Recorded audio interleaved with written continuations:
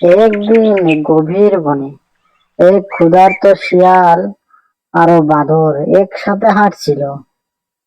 হঠাৎ করে সামনে পড়লো এক আপেলের বাগিচা।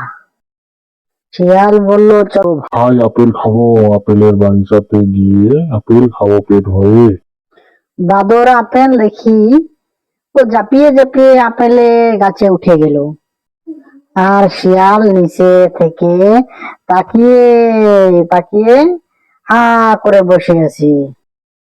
শিয়াল বলল, বন্ধু, আমাকেও কিছু ফল দেও। তুমি তো গাছে উঠতে পারো না, আমি তোমার জন্য পাকা পাকা আপেল ফেলছি।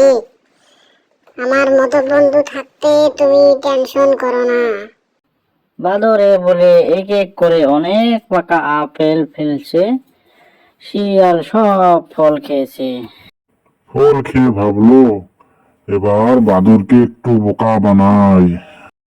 শিয়াল বলল, বন্ধু, আমি গাছের উপরে একটা বড় ধন রাশি দেখতে পাচ্ছি। দেখো তো কি, নিয়ে আসো, আমরা দেখি কি ওখানে আছে। বাদর লাফিয়ে লাফিয়ে গাছের উপরে উঠলো, কিন্তু উপরে গিয়ে দেখে গাছে তো কিছু নেই। নিচে নেমে এসে দেখলো সব ফল খেয়ে নিয়েছে শিয়াল, একটা ফলও রাখে নাই। দেখছে শিয়াল ও দৌড় দিচ্ছে জঙ্গলের দিকে। দৌড়ে দৌড়ে গভীর জঙ্গলে লুকাচ্ছে।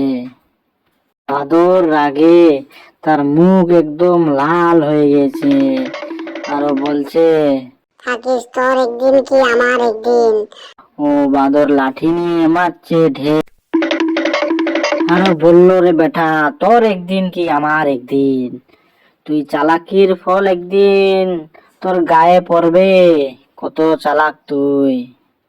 শিয়াল পালিয়ে যেতে যেতে হাসতে লাগলো, কিন্তু তার পেটটা এত যে ভরা ছিল, সে ঠিক মতে দৌড়তে পারলো না।